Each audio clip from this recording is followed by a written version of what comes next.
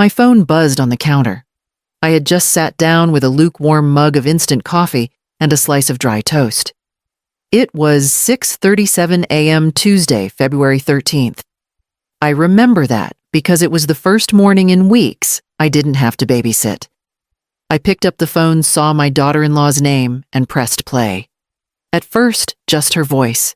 Sharp. Confident. No wonder she ended up alone. She's a pathetic failure. What else can you expect from someone who still cuts coupons and lives off leftovers? Laughter followed. A woman said, "Wait, is she hearing this?" Another voice, I think her brother, answered. "Who cares? Let her hear." I didn't cry. I just stared at the wall while the toast burned in the toaster. My hand shook slightly when I reached for the mug. It wasn't the words, it was the tone. Like I was a running joke they'd been passing around for years. 10 minutes later, I was still frozen. Then I saved the video to a folder, renamed it File Proof So 1, and forwarded it to my personal email. I didn't say anything to her that day. I didn't even ask why. But inside, something shifted. Not out of rage, but clarity. If she felt that way, why accept my help with groceries? Why stay in my house rent-free for 6 months after their wedding? My neighbor Clara stopped by around noon to return a mixing bowl. I must have looked off because she squinted and asked, "Everything okay? You look like someone just kicked your dog." I just nodded and said, "I'm fine." She tilted her head, lowered her voice. "Don't play fine if you're not. People who mock you behind your back don't deserve your silence in front." I wanted to tell her. I didn't. Maybe I was still hoping it was a mistake. Or maybe I was ashamed I hadn't seen it sooner, because now that I thought about it, there were signs. Like the time my DIL rolled her eyes when I brought homemade pie to Thanksgiving. Or how she told me, "You don't need to cook anymore. We can order real food." If family meant anything, why does it always start with a request, not a question? If they're so sure I'm useless, why keep needing my house, my freezer, my credit? I didn't answer the video. I didn't delete it either. Instead, I checked the file size and opened a new folder. Because I had a feeling this wasn't the only one. She walked in around 9:10 a.m. carrying a Target bag and humming. Like it was any other morning. Like I hadn't heard her voice calling me a pathetic failure less than 24 hours ago. I was at the sink, rinsing out a coffee cup. The one with the chip on the handle, my husband's favorite. She looked at me, smiled. "Morning. Want me to throw this chicken in the crock pot?" I smiled back. Sure. My stomach clenched. Not from anger, but from how easily she slid back into normal. No tension. No guilt. I stirred my coffee and watched her move around the kitchen like nothing had happened. At 9:22 a.m., she laughed at a video on her phone. I wanted to ask, was it another one about me? But I didn't. Not because I was scared. I didn't ask because I already knew she didn't regret saying it. Only that I might have heard it. My cousin Elaine called around 11. She works front desk at a dentist's office in town. I told her part of what happened. Not the whole thing. Just the flavor. She went quiet, then said, "Okay, but let me ask you something. If she feels that way, why is she still in your house?" I didn't answer. Because I didn't like where my own mind went. What bothered me most wasn't what she said. It was that my son hadn't texted. Hadn't asked if I was okay. I'd always assumed if it came to choosing between us, he'd at least hesitate. But maybe I was the only one holding on to that idea. They say family's everything. But if family's everything, why does it always feel like I have to earn my spot? If I'm so less, then why does my name still hold the mortgage? That evening, I locked the file. Renamed it Witness 01. Uploaded a backup to Google Drive. Then I went into the guest bedroom closet and looked at the Christmas photos still hanging there, me holding my granddaughter, who had drawn me a card saying, "World's Best Grandma." That was just 6 weeks ago. And I'll admit it. For a second, I felt stupid, not just for trusting them, but for ignoring every little red flag just to keep the peace. Tomorrow, I'd make my first quiet move. Nothing big, just one step. He showed up Sunday afternoon with takeout and a folder. General Tso's chicken, half warm, half soaked. I was setting the table when he slid a brochure between the plates. Just look at it, okay? Nothing final. I glanced down. Serenity Pines, Independent Senior Living. Units from $240 month. I didn't react right away. Just kept laying out the forks. He cleared his throat. It's not what you think, Mom. It's got yoga classes, a pool. You'd have your own space. Then came her voice from the kitchen. And peace of mind. For everyone. That line did it. I smiled. Said I needed to use the bathroom, walked in, locked the door, and threw up. Not from the food. From the wave of shame. I washed my face with cold water and stared at the mirror. They weren't asking. They were positioning. For everyone. That meant them. Not me. I came back out. Ate a few bites. Didn't say anything. Just nodded like I'd think about it. My friend Carol called that evening. She works part-time at a title office downtown.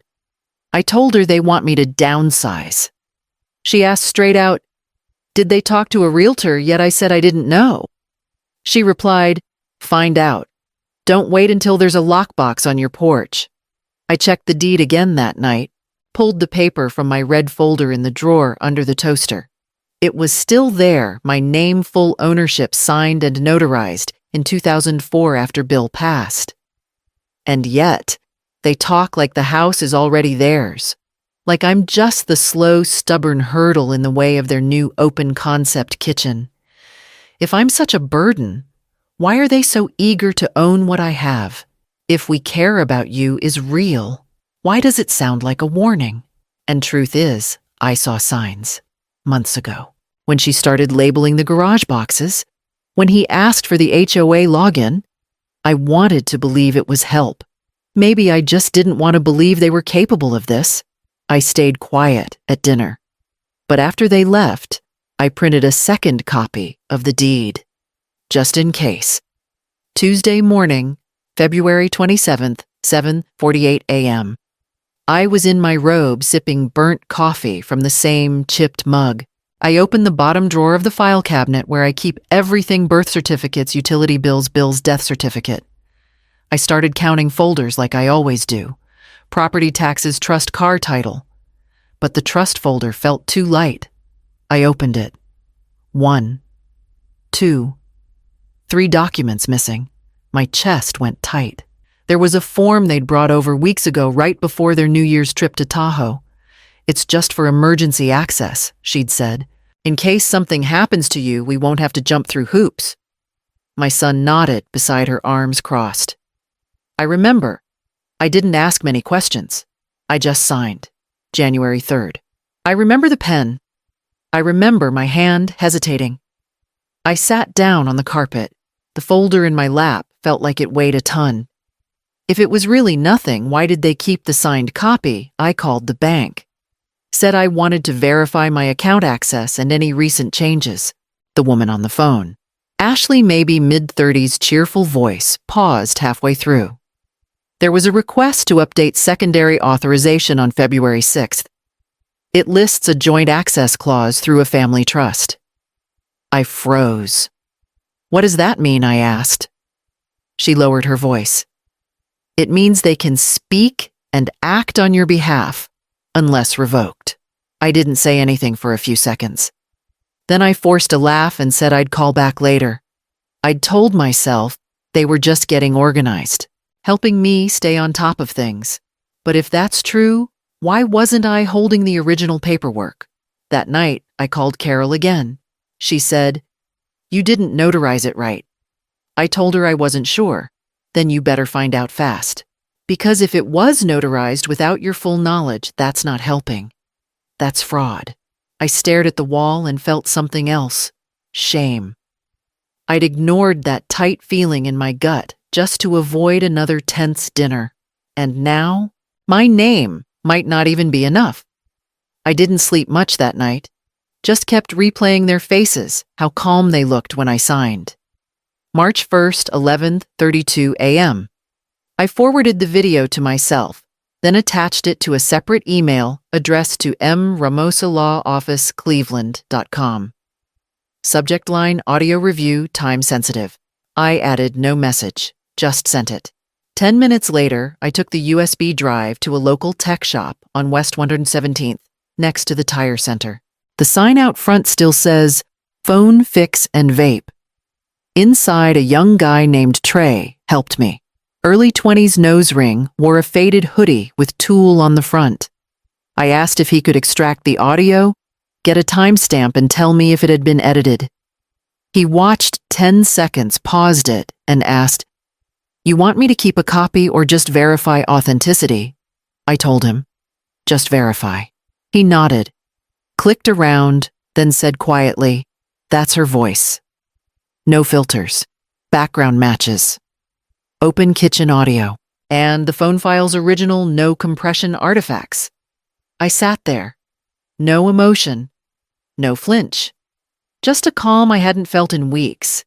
He added, "You want a forensic report or just the printout?" I said both. He printed the sheet.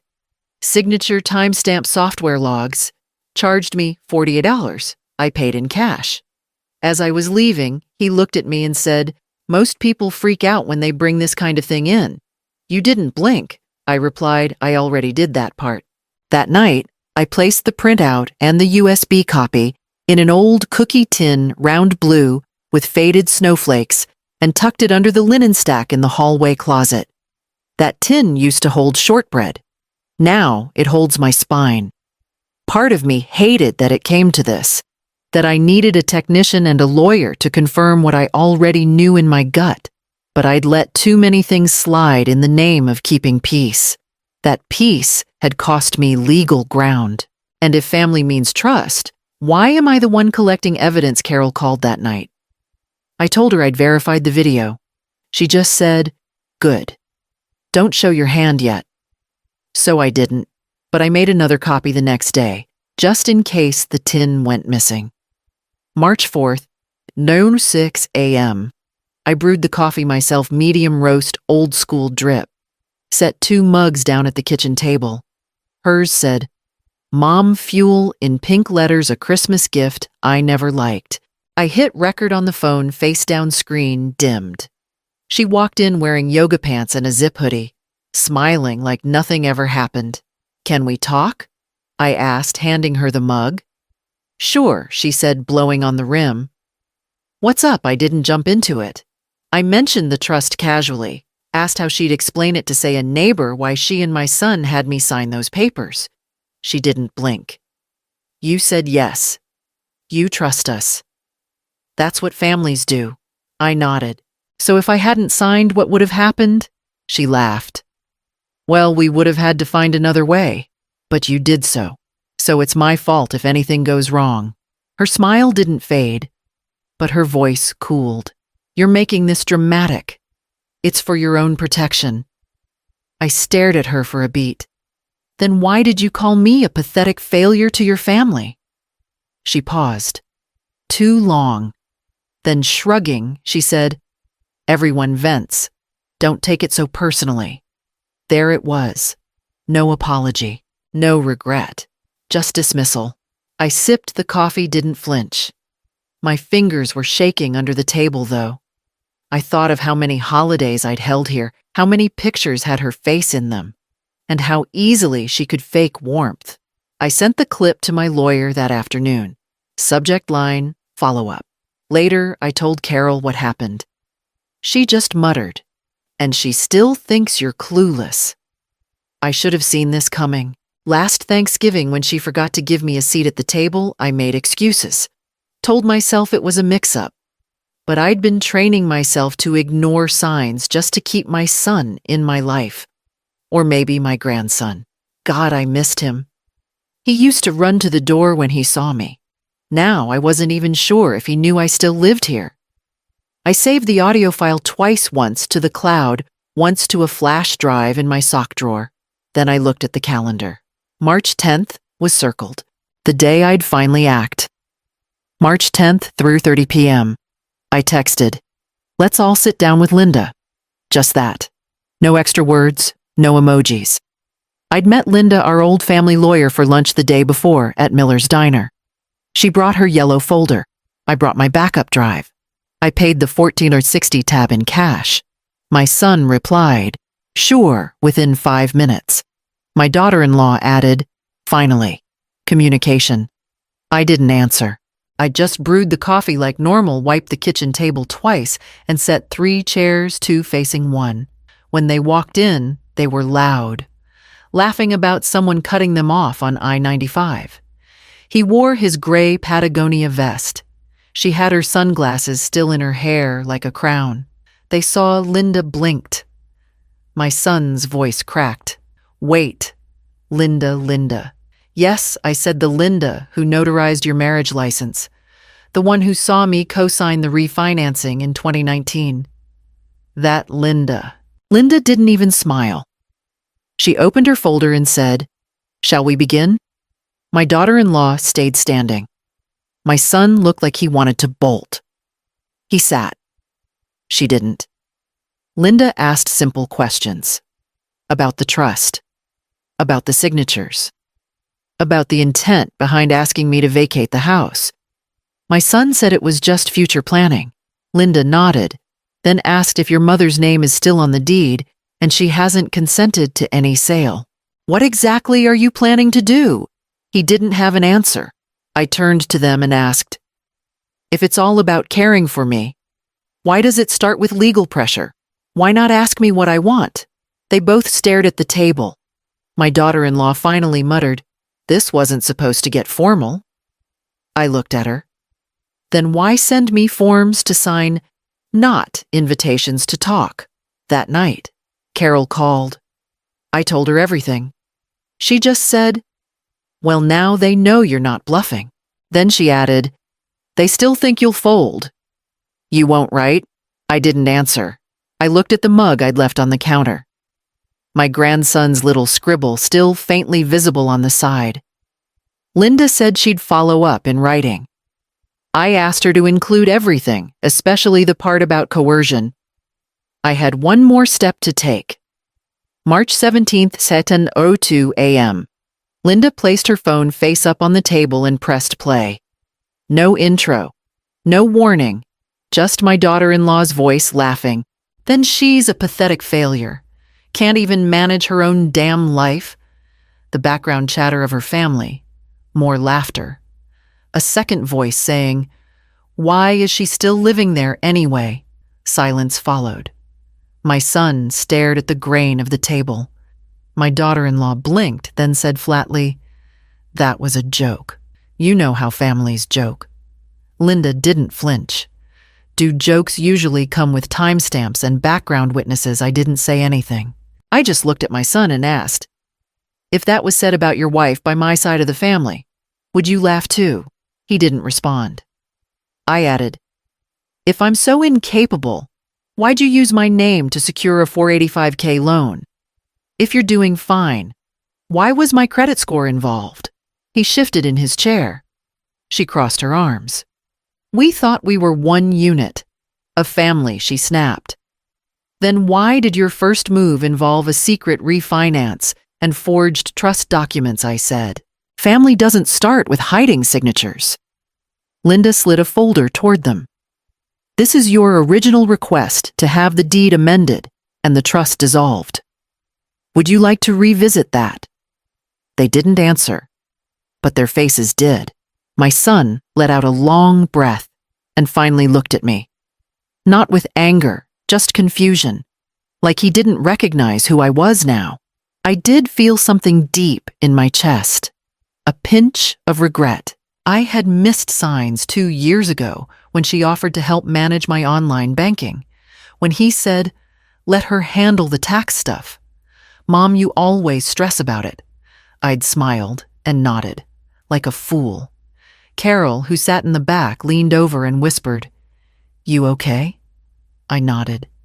She shook her head. You're better than okay. You're clear. Linda turned a page. Now, shall we discuss the property transfer they attempted last month? I sat up straighter. My hands stopped trembling. They walked out just after 11 a.m. March 17th. Not a word. No slamming doors, no goodbye. Just the click of her heels and the sound of my son's keys in his pocket. I didn't follow. I sat there with Linda and Carol staring at the condensation ring her iced latte left on the folder. Funny what sticks. By 3:45 p.m., I got a call from Marcia at Meadow Pines. Hi, Mrs. Langley. Just confirming you asked to be removed from our senior apartment waiting list. I said yes. She paused. Well, good. That was all she said. Next morning, the bank manager called. The one on Wabash where I first opened the account back in '97. We've reversed the secondary control authorization, he said. Your name is primary again. You're protected. The trust is back in force. It should have felt like a win, but I sat on the kitchen stool and stared at the door. The one they used to walk in every Sunday with grocery bags and half-done smiles. I thought of the baby, my grandson. I thought of missing his next birthday party or worse, seeing him and knowing he'd been told I was the villain. I told Linda later. Part of me wanted them to deny everything, yell, defend, beg, something. She just looked at me and said, "You didn't want honesty. You wanted remorse." And maybe I did. Maybe I still do. Carol swung by with a bag of takeout from Angelo's and sat at the counter. She opened her Coke and said, "You look like someone who just won the lottery and realized taxes are due." I laughed, but I felt it hit. I keep going back to that moment a year ago when I let them talk me into signing just to make things simpler. I didn't ask enough. I didn't double check. I just trusted. That part still stings. And one more thing keeps poking at me if they really thought I was so incapable. Why did they need my signature in the first place? That night, I powered off my phone. No buzzing. But when I turned it on the next morning, there were 22 missed calls. Most from a number I didn't save. It was April 12th, 8:03 p.m. I remember because the microwave beeped as I passed it, reheating leftover stew. I bent down, opened the old cookie tin under the sink, blue metal faded snowflakes, and pulled out the USB drive I'd labeled Witness 01. I held it between my fingers for a second. Then I walked outside and dropped it into the fire pit. It curled into itself like paper. Gone in under a minute. No dramatic music. Just the smell of smoke and leftover leaves I'd never raked. I went back inside and poured myself a cup of coffee. Black. Burned my tongue a little, but I didn't care.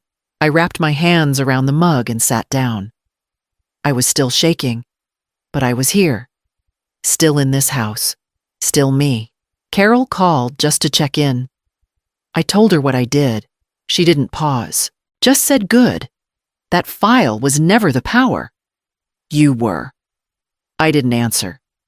Because part of me still wasn't sure. I'd kept that file like it was armor. Like if I held it tight enough, I could control the next blow. But truth is, they'd already done the worst. And I'd already survived it. What got me most wasn't the video. It was the quiet part, how easily my son let me become the problem. How fast they moved from your family to you're in the way. If I was such a failure, why did they need my assets? And I'll be honest, I miss my grandson. I haven't seen him since February 3rd. I was the one who showed up to school pickup every Wednesday in my old white RAV4. He used to yell "Grandma's here," like I was a prize. I can't shake that memory. That's the part that still stings. But this isn't about holding on to pain like a badge. It's about knowing when you're done carrying it. I didn't keep the USB. I kept the mug. It's the chipped one with the green stripe from when we went to Palm Springs. And for now, that's enough. Tomorrow, I'm going to clean out the closet in the guest room.